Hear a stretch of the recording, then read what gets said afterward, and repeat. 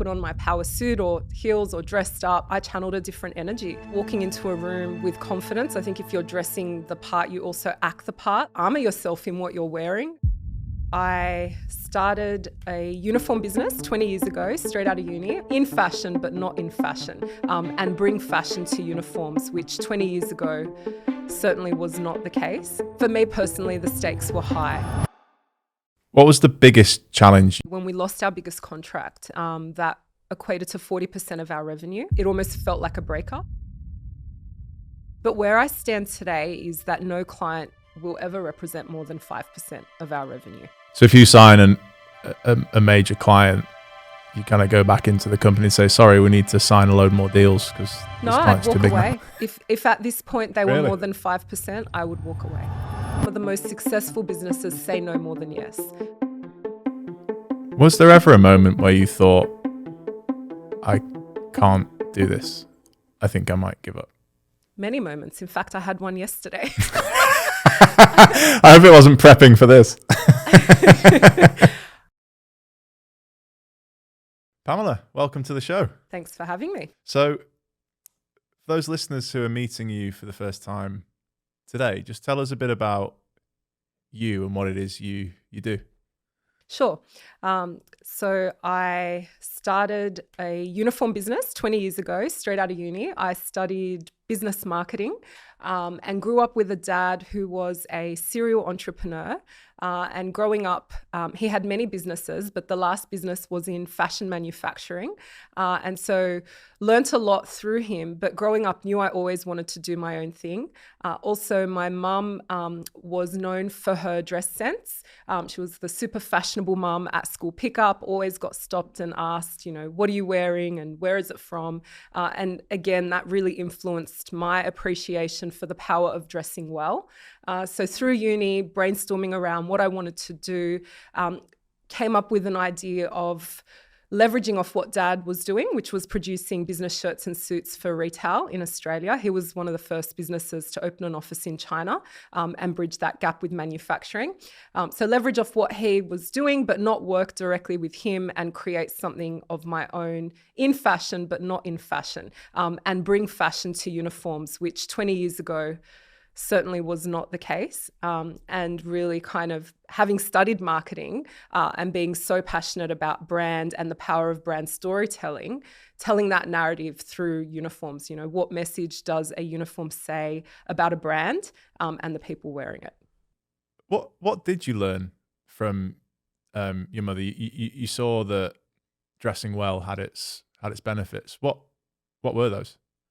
I think confidence, walking into a room with confidence. I think if you're dressing the part, you also act the part. Like it's just this personal reinforcement to armor yourself in what you're wearing. I was a very timid and shy girl, and even through uni and when I started the business, but the minute I powered up, put on my power suit or heels or dressed up, I channeled a different energy. And I just saw that in her as well.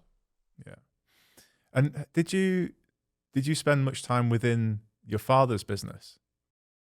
Yes, school holidays were spent with work experience, answering phones, counting stock. I had experience across all his businesses, but equally, we had family dinner every single night together. It was one of Mum's mandates, and Dad would come home with war stories or, success stories about work. And I've never had to touch fire to know it burnt. And I really feel like I lived his experiences. So I feel super grateful for those stories. And what did he say to you when you said, Dad, I'm going to start my own company? I'm pretty lucky. My dad has and still is one of my biggest cheerleaders. And again, it kind of lets you walk into a room or in a scenario or open up a business feeling like someone's got your back. So Dad was very passionate and still is very passionate. And we had many conversations about what that would look like and what success could be. And so he was my biggest cheerleader. What would you say? See, you landed on the idea of doing uniforms and doing them differently. What would you say is the most misunderstood thing about workplace uniforms?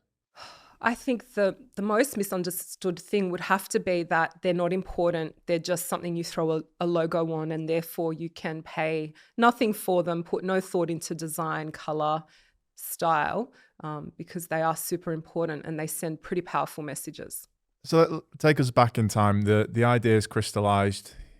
You've spoke to your family about it. Your dad's very encouraging.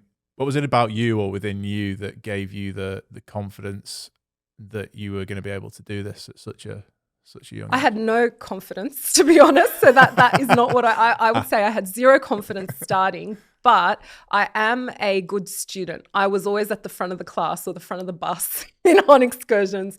And so having just finished uni, I wrote the business plan. Like, I was not the entrepreneur that thought no plan, no. I sat down, I wrote the plan. I did a whole lot of market research. And I knew I had a lot to learn, and I had many, many conversations. And it was through reading books, the conversations, the research that I started to learn and, formulate what would become Total Image Group. Yeah. And for those entrepreneurs listening to this who are starting their journey, what would you say to them about how do you learn? We're all going to make mistakes, right? How do you learn those lessons kind of quickly and effectively? I think it's a combination of things. I think persistence is super important. Nothing great happens quick, unless you're really lucky. And for some, that does. But for me, it's been a 20-year learning experience, a 20-year process of mistakes, wins, highs, lows. And so for me, it's persistence, it's discipline, it's slow and steady. I knew that it would be a process, and I'm super competitive, and I think that's a good thing. So I knew I could not fail. I refused to fail. And I think that competitiveness in me drove me each day, every time I fell, made a mistake, to just pick myself up. I felt like I had no choice. I needed to make it work. Failure only really occurs when we give up, right? Yes. And for me personally, the stakes were high. Dad had many businesses. We'd just lost my mum to cancer. And, he had worked really hard for the family and pushed through a really hard chapter. And I had this opportunity to start something. And I kind of wanted to prove to him that as a family, we were fine. We could do it. We would survive. Was there ever a moment where you thought, I can't do this? I think I might give up. Many moments. In fact, I had one yesterday. I hope it wasn't prepping for this. I think that's a part of the journey. It's really hard having your own business, and there are different challenges, and it doesn't get easier. Well, it does. The challenges just change. So the challenges I experienced when I started, if I was to experience them today, I now have the learnings, and they may not have as big an impact on me personally, but there's always different challenges, and you're always evolving, learning, adapting, growing, making mistakes. Yeah. And isn't that important as well, that it's, I think when people start a business, sometimes they think there might be kind of like a finish line where suddenly just everything's easy and everything works. But it's just not, it's not the case. Like you say, the challenges change, but they're still there each and every day. What was the biggest challenge you think you overcame that was the most difficult for you personally?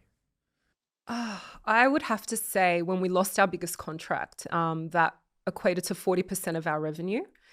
It was also at the peak of COVID. So as a business, we were faced with circumstances around us, in the economy, and then having lost a client worth 40% of revenue that we'd had for 14 years. It was this moment around, what do I do? Do we reduce staff? What is it? What is my next move? And it was quite challenging to imagine the business without this client. Like, having had them for 14 years, it almost felt like a breakup. and being the leader and showing confidence in our next move, making the right decision, putting on that persona for the team to not lose faith in what we were about, was a critical moment. Yeah. And when you reflect back on that, did you lose the client because of kind of something that you guys had done, or was it kind of an inevitable thing that was No, always it going to was an happen? inevitable thing. They were looking to manufacture themselves and have a service partner. And we're a manufacturer. Making the product and then servicing it and putting our brand on it is such a part of who we are. Servicing a product we don't make just doesn't work. So that was something we couldn't avoid. Yeah. And what were usually when like a challenge like that presents itself, quite often by solving it, we kind of almost move the business to the next level. Like, what were some of the things that you saw occur from challenging it that really drove the business forward? Well, I think like COVID as well, it was just, I've always had a diverse business. It has been a part of my strategy. I've never wanted to operate in one sector specifically. So for uniforms, we work across healthcare, hospitality, retail, and this was an opportunity for us to revisit the sectors that were doing well through COVID, be it construction was shut down. So be it healthcare, supermarkets, schools, early learning that needed PPE equipment. So we kind of did a whole rethink on industries that we were pushing to service. And then internally, the lesson around losing a client that big that I was very mindful of. When we first won this client, they were 70% of our revenue. And we worked really hard over those 14 years to bring it down. But where I stand today is that no client will ever represent more than 5% of our revenue. And that is the biggest learning, because it's not a nice place to be in. You want to be in control. Clients come and go, that's okay. Business changes, they may get acquired, or you may no longer be the right partner. But the minute they equal more than 5%, it puts the business and my team and us at risk. And so I don't ever want to be in that position. Yeah. So if you sign a major client, you kind of go back into the company and say, sorry, we need to sign a load more deals? Because no, I'd walk away. If at this point they were more than 5%, I would walk away. Really? Wow. That's a big statement. It is. I've heard, and it's been a lot of lessons in the making, but I have heard some of the most successful businesses say no more than yes. And we are really particular about the kind of clients we want to work with. And we're a for-profit business, and we produce quality product, and we care about the impact our product has on the environment, on the people that wear them. And so there is a specific market that works well with us.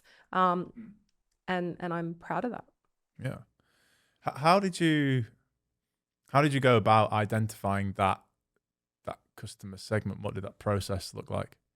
It's been a long journey, but I think, and it's always easy to chase the shiny objects. And so what I've learned and it's not always the case, like not all big business is the same. And we're continuing to grow. So what 5% means today will definitely be different tomorrow. But for me, it's about not chasing the shiny objects. It's about creating our own ocean, not swimming where everyone is swimming, being really true to who we are. And I think when you create a business model that can do that, that's where success lives. And so that is what my lesson has been over the years, that I don't care what everyone else is doing and what customers they're after and how big that brand is, as much as it would feel good to my ego to redesign the uniform for a multi-million-dollar business in this country. What does it really serve? And I've been doing this for 20 years. I know we're good at what we do. I don't need the big brand, shiny object for recognition. I need it internally. I need it with our clients and supplier relationships. And just over your left shoulder that we have sort of proudly showing there is your B Corp certification. Tell us, what was the thought process in terms of earning that? Why did you do it? To be honest, I went into it not thinking we'd earn accreditation. So it's a really difficult thing to accomplish, but it was a challenge. And I saw it as a learning opportunity for the business. We do a lot of tendering to win contracts and clients, and ESG is a big part of that. And educating myself on what felt like a really daunting subject was what I thought B Corp would do.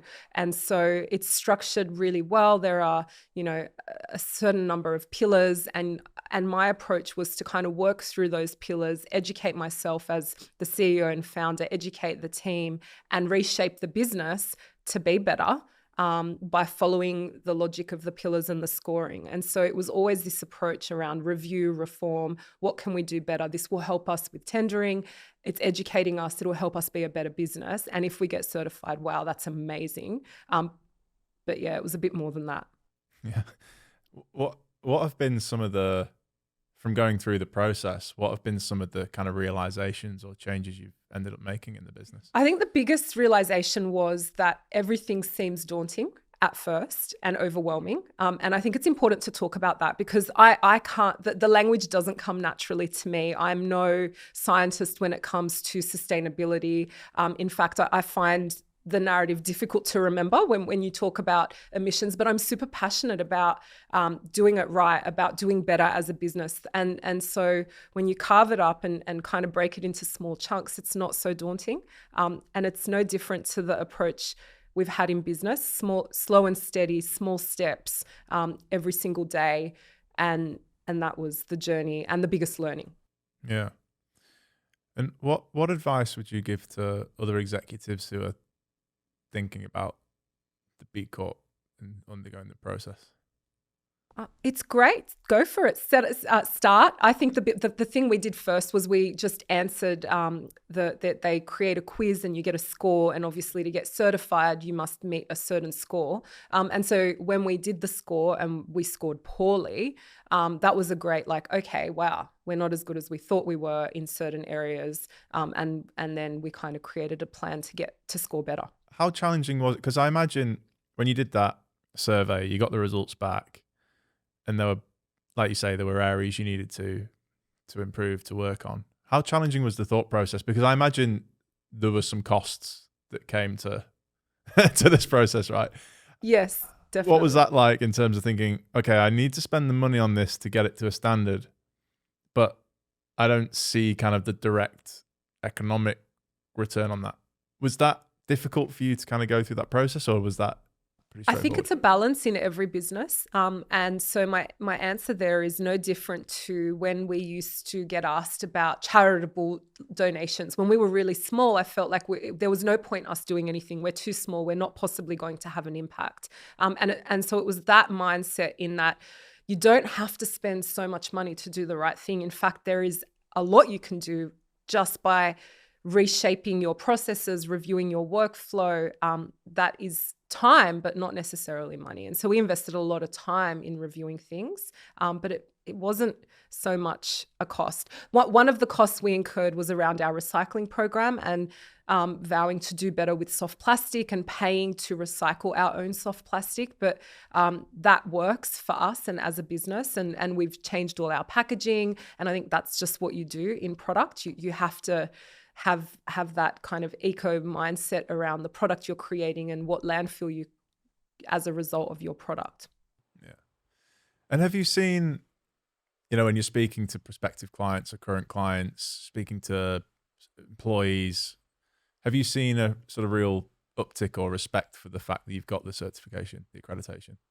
Yeah, definitely. I think particularly when you tender, that there is just this instant, okay, and the questions stop because you're B Corp certified, you've been audited. So from a client standpoint, absolutely. And internally, I think the team is just super proud and engaged and eager to learn. And that's kind of the stance we have even with clients, the education piece. What is it to be B Corp? What does that mean? And how can you be a part of that journey by either working with us as an employee or as a client? What's been the biggest challenge kind of over the years currently in terms of you guys are the best at what you do in terms of creating these fantastic uniforms that look good, feel good? What's the challenge in selling those? It's a tough economy. Inflation, it's an unstable economy. There's lots of change going on around the world. So our biggest challenge would be price, and the market going through this price war where the value of what product once was is being completely depleted in a competitive landscape because everyone wants the business regardless of the cost. And it's resulting in really cheap product. It's resulting in brands that are okay with cheap product, not realizing that actually it costs them more in the long run, and just questioning where we want to be in that landscape because it's competitive. You want to win. It's hard being told no. And when you're not winning, what decision do you make? And that was that rethink around values and the kind of clients we want to work with. We will never be the cheapest. We don't want to make cheap product, but we also don't want to be the most expensive. So it's just that balance. We've got volume, but we want to sell quality product. And what is it if we have your uniforms alongside perhaps some of a competitor who maybe does it cheaper or not with perhaps the focus on design? How do we spot a Total Image uniform? Oh, that's a good question. I think the devil is in the detail. And for us, it's the little detail, the contrast button, the inverted pocket, the button down collar, the subtle flash of branding across the side. And also just if a uniform is well worn, not a quality product looks good all the time. And uniforms need to be designed for kind of wash and wear and daily use. So a poor quality product will just look different. Even the way the collar sits is a great example. Do you think the people in charge of buying uniforms for their staff, do you think, you're smiling here, you probably know where I'm going to go with this. Do you think they fully understand the importance of what they're asking their employees to wear every day? No, I think, and understandably so, everyone has different criteria, different KPIs that they're given from a business standpoint. Our role is to educate our clients and those decision makers on the value that a uniform has. But I expect not many people would understand that. And we're all so busy, and I've seen this firsthand with clients where they may have been acquired by a bigger business and no thought is put into who the existing suppliers are and what that process might look like to have a conversation around, we need to save some money. How can we go about that? Can you, as a uniform expert, advise us on changes we might make to the product or to the offering? It's a stressful time, and so businesses may not think through things or understand fully the impact. What are some of the clients you've worked with that you're kind of most proud of, where you'd say, like, this is what happens when you buy one of our uniforms? That's a really good question. I would say the most well-known uniform that we rolled out and was Woolworths, and that was one of my first big wins. We no longer do the Woolworths uniform, but that checkered shirt that I think most of Australia knows in our supermarket, the green checkered shirt, kind of taking it back to the farmer, the design, that was the first redesign Woolworths had in such a long time. So that was one I'm super proud of, but there's been many. It's such an important part of branding, surely. But maybe companies don't see it quite that way. It depends on the industry. It depends on the marketing strategy, and it really depends on where that business is in that particular point in time. We work best where a company is in that rebranding or marketing stage of their business strategy. We're rebranding. It's super important. We need to make an impact, and uniform plays into that and what it looks like. But where there's no rebrand, it's just BAU, it is easy for these companies to kind of fall into the trap of, okay, price. It's an obligation. We have to provide it. How do we get it at the cheapest price possible? Yeah. And when you've probably had this conversation hundreds, thousands of times with prospective clients, when they're pushing back at you and saying price, how do you deal with that? What are you saying back? I love when there's an open conversation. So I have no issue if a client has a price point, share it. There are many ways we can achieve a price point. What makes it difficult in this market is where no one is talking about there is a price point. This is a price-driven exercise where you're being told, no, we want a uniform, price it, only to find out later that actually it was just a spreadsheet with an assessment of the cheapest product. So I'm very open to conversations around price because there's a lot you can do. And I often say there's not a price point we can't hit depending on what you're trying to achieve. You know, do we produce a t-shirt versus a business shirt?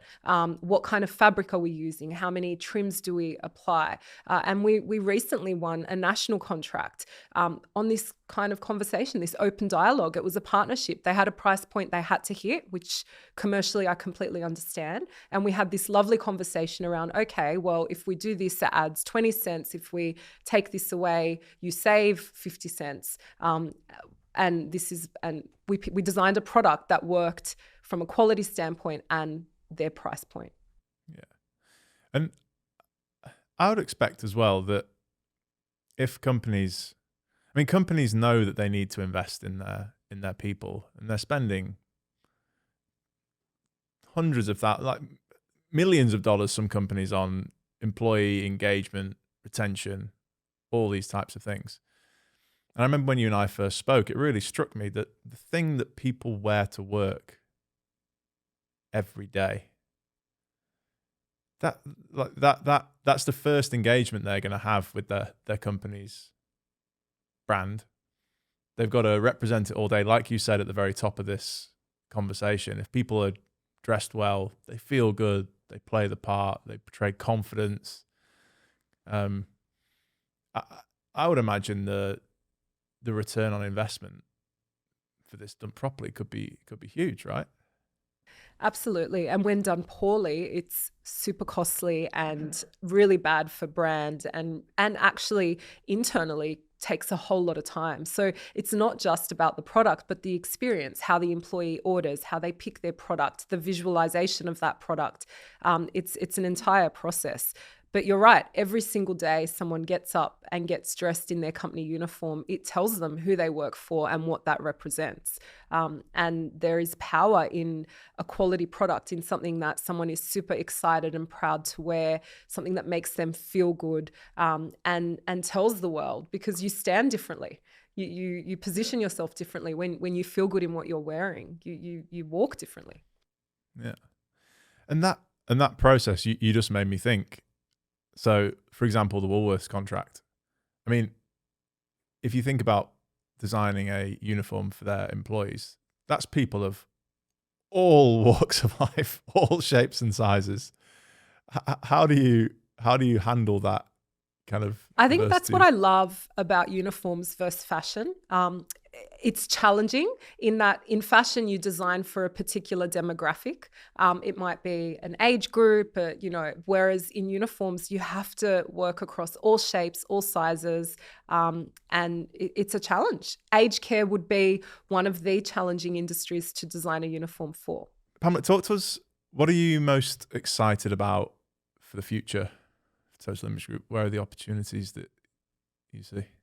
I'm most excited. We're on this growth. We're in a kind of different space to where we've ever been. We're respected. We're known.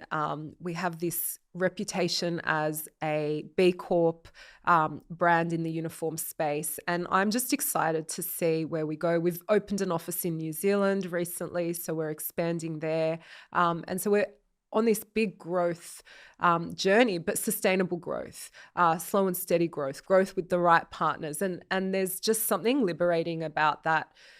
There are only certain kind of clients we will work with. This is the category, and we've designed an ocean that we're swimming in, and the team is really engaged.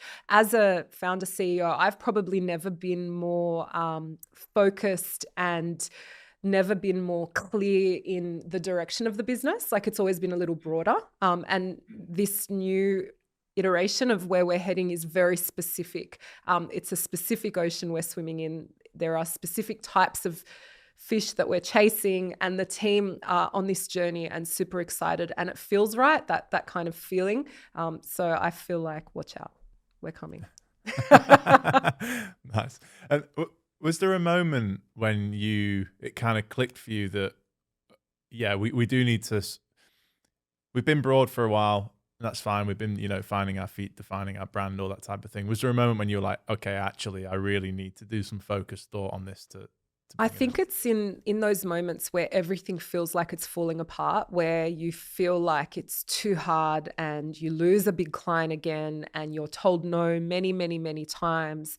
And it's that kind of moment where you think, oh, I can't do this anymore. I'm done. I'm going to exit. I may as well sell. I'm going to call that broker that's been hounding me. And then you realize, I don't know, you go through this process and then you realize, no, we've got something good. This is going to redefine us. We need to prove ourselves. And this is what we've learned through those hardships. And this is how we're going to do it different. So it's through that. Because that comes down a lot to your kind of mentality as the founder. Is there a have you kind of built a process you go through when you feel like you're in one of those moments? Do you have kind of a playbook now where you're like, okay, let's get the team, let's ask these types of questions? There are two things that I live by and that have served me really well that I didn't kind of know so early on, but have learned over the years. And one is count to 10. So I used to feel this urge to react quick, and that's what leadership meant. That's what a CEO needed to do. You need to communicate and act quick, and it doesn't serve you. So the power of the pause, the power of counting to 10, and not feeling obligated to communicate anything until I'm 100% sure of what that communication is, has helped. And the other one is to kill it with kindness. So, and that serves me in all different fronts, where a client has been unreasonable, where an employee may be unreasonable, where I'm feeling unsure, uncertain.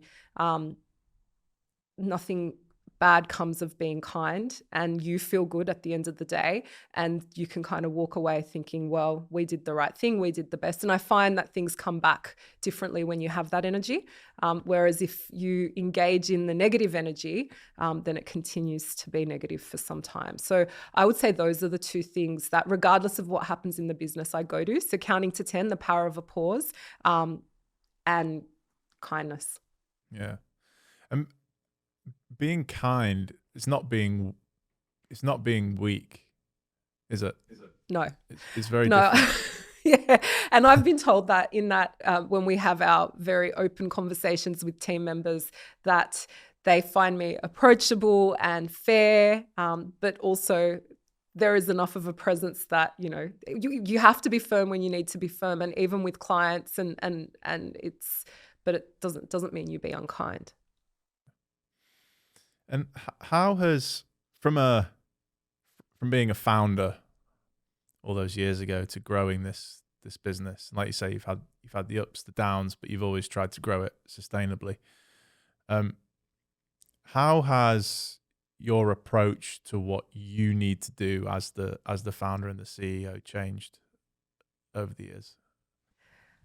It evolves based on what the business needs of me. And so when we lost that biggest client, I started the business in sales, hustling, and this kind of building and pitching and selling is my strength. And so when we lost the biggest client, I was absolutely in my sales moment. And whilst I was CEO, I was driving sales and going to pitches and pushing business growth in that regard. We're in a far more stable position, and now I have a really great leadership team, and my role is to lead, and to allow time for me as a leader to think outside the box, to know what our direction needs to be, to coach and mentor our leadership team on that journey, to trust them to make decisions. So it really just changes depending on what the business needs of me and where we're at in our journey. Yeah. And what does leadership mean to you? Leading by example, always. Earning your stripes. I think having started the business when I was so young at 20, it's something that I did not take lightly. I wanted people to respect me based on my experience, based on how I led, not because I was an owner. And so I've always felt like I have to prove myself, and that hasn't changed. Do you ever suffer from, I don't know if suffer from is the right word, but do you ever feel imposter syndrome? Yes, all the time. It's something I've spoken about many times. I think it's super important to talk about. Public speaking, putting myself out there, pitching. I would break out in hives when I was 20, and I would have to go pitch a big client. And I've gotten better, but that doesn't go away. I've got my first board position. I sit on the board for Family Business Australia, and I felt like an imposter. That first moment, like, am I really on a board? Do I really deserve to be here? And it's that moment of being uncomfortable that pushes you to grow. And so I've changed the narrative. I've gotten better. I've got my toolbox around how I deal with it. I used to really channel that nervous energy and make it bigger and worse for myself. Whereas now I see nerves and that feeling of a little bit of insecurity as humbleness and passion. And what advice would you give to the 95% of people listening to this who also do suffer from imposter syndrome? How do you use it to your benefit? I think it's the power of the reframe. So nervous energy means you're passionate. It means you care. The minute you're no longer nervous, you don't care. I think it's also about celebrating your wins and not just living in this moment of, oh my goodness, I don't belong. I think taking that pause to actually acknowledge what got you to this point, how you got there, it helps build that confidence to know that you actually deserve to be there. And talk about it. For the most part, I never spoke about it. And it just blew my mind when I did, how many people would say to me, oh my gosh, I've been there, I've felt that. And these are people that I would look at thinking, oh my God, they've got it together. I wish I could not be nervous like them. And yet they had a good game face. Yeah, they're just good actors. Yeah. I think as well, for me, when I think about it, it drives good preparation. If you're perhaps nervous that you perhaps don't have the skills or the experience to do whatever it is you're doing, then if you can use that to actually do the preparation beforehand, that's gonna. Absolutely. I have no shame in saying I am always over prepared. It helps me sleep better, and I think I deliver better as a result. That I don't want to walk into anything unprepared. How do you plan for the days that you have coming? If you're someone who wants to be, prepared for, well, everything, how do you kind of manage your time to be able to reach the levels you want to reach without kind of burning yourself out, I guess? It's a good question.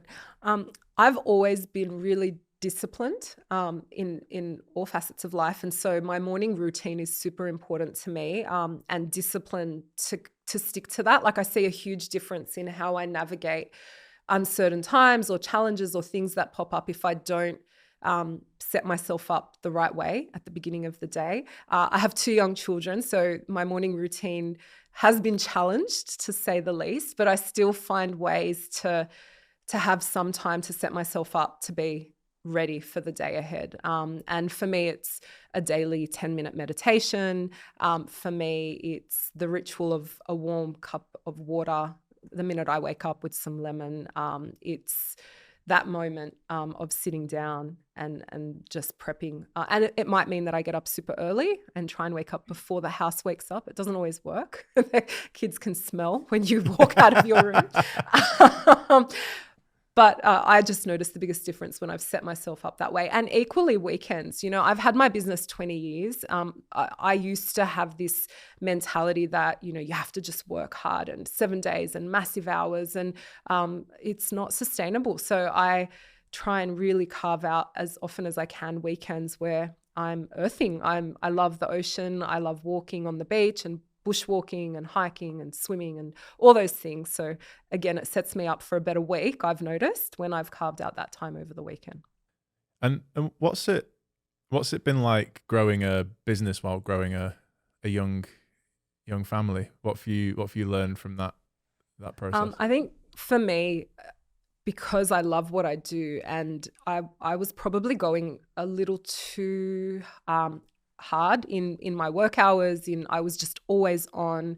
I was doing massive hours. Weekends were not weekends. So having a young family, and kids didn't come easy either. So when they did finally arrive, I wanted to make sure that I made the most of every moment. And I have my own business, so I should be able to design a life that works around that. It's really challenging having a business. So it was this conversation with myself that I've done this for X amount of years, and I have my own business. Therefore, I should be able to define what my hours look like, how often I'm in the office, what support I need to be able to be the CEO of a business this size and not be ashamed about it. Because yes, I do need a nanny, and I do travel for work, but equally it means that I might do a 4-day week or a 3-day week where I need to, as part of this chapter in their life.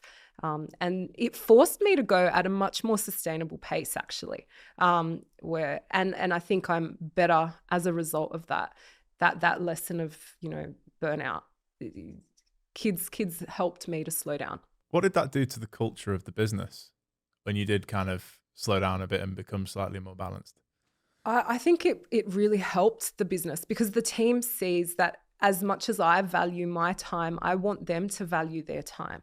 And we are such a culture about, where we have to work hard. We all work hard as a team, but equally, if people need to work in different chapters of their life. Like, I've had someone with me for so long, she's now a grandma and she's down to 2 days a week, but was 5 days in sales. And, as her journey has changed, she wants more time with her grandkids. And we were able to evolve her role to match what her choice in life is. And that feels really good. And I think everyone loves being a part of that, where they can see if they want to move. I've had an employee that was with me 11 years that wanted a lifestyle change, move out of Sydney. She's moved to Port Macquarie, and we were able to accommodate for that.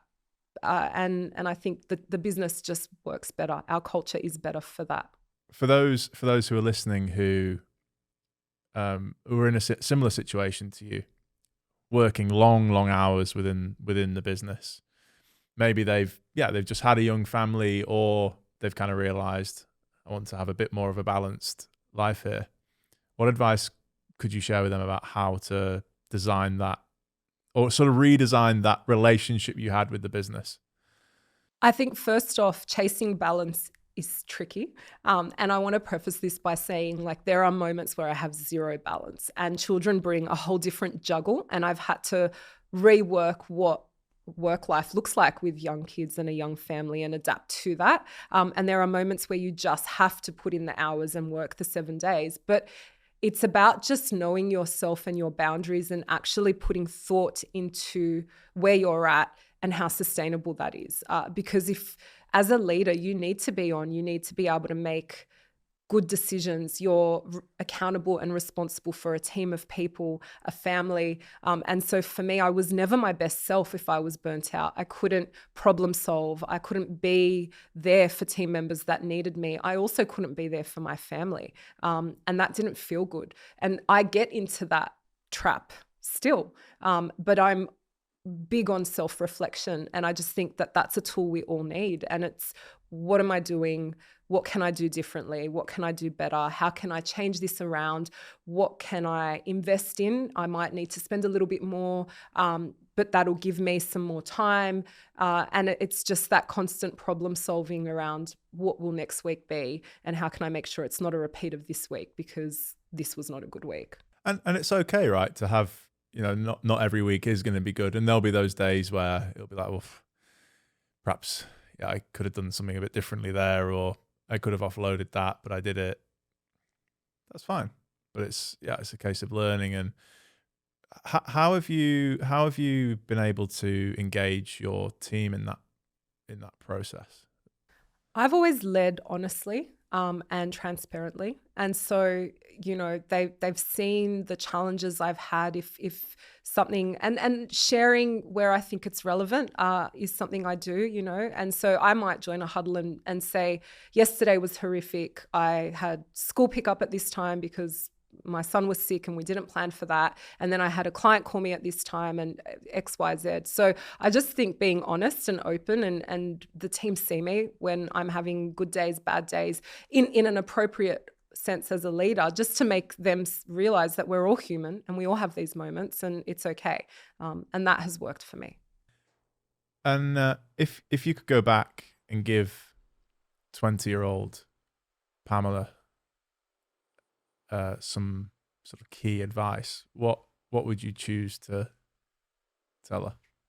I would want her to have the tools, some of the tools that she has now around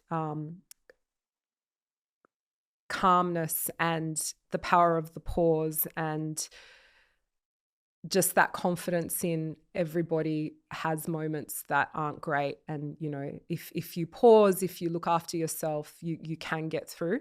I think, I lost my mum young and suffered with a bit of anxiety as a result of that. And so any tools to alleviate anxiety, I'm forever teaching my kids and talking about anxiety in the workspace and the importance of breathing and moments of just reflection to help navigate that. I think that would be a tool set Yeah. that I wish.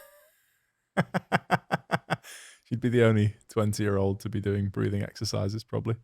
But, although, I mean, now I don't know about you, but I'm constantly amazed by the kind of the new generation, some of the skill sets they have, how well rounded they are in the way they think, how mature they are.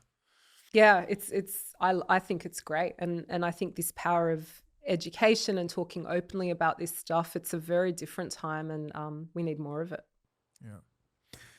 And what do you, when you think now about the future, for the business, for you, what are your hopes and dreams? And do you think proactively about legacy? Absolutely. I have, I'm in a family business. I work with my husband and my dad. I have 2 young boys who are watching us build this business. And I just think it's smart to always have an exit or a not exit strategy. What does that look like? So the business has always been built around, if we need to sell, we can. If we want to sell, we can. But equally, this is a long-term plan. It's not something we're looking to build and flick. And my 6-year-old has already said that he wants to work at Total Image and design uniforms. So I feel this pressure to ensure we set him up for success as well. So I think family business, I sit on a board. I think family business has a special energy, and I'm super proud of my family business. And so I'd love to see that continue. If my kids wish to be a part of it, the opportunity will be theirs. Just as we come towards the end of the episode here, there's a couple of segments. I just want to throw some kind of rapid fire questions at you. Okay. If I can. So first thing that comes to mind, and you're not allowed to breathe for 10 seconds before you answer it. What's an app or a software that you can't live without? Calm, daily calm. In your opinion, what's the best time of the day to be creative? For me, it's mornings or on a plane. Really? I really struggle on a plane. My body just shuts down on a plane. I'm completely you can't useless. be. I was really upset when Wi-Fi kicked off on planes, because it was my sacred space where I could not be contacted. So most of the time I keep it off, because it's that space where no one can interrupt you and you're just high in the sky with your thoughts. Yeah. What's the favorite uniform design you've ever worked on? The Australian Winter Olympic team uniform for Pyeongchang 2018.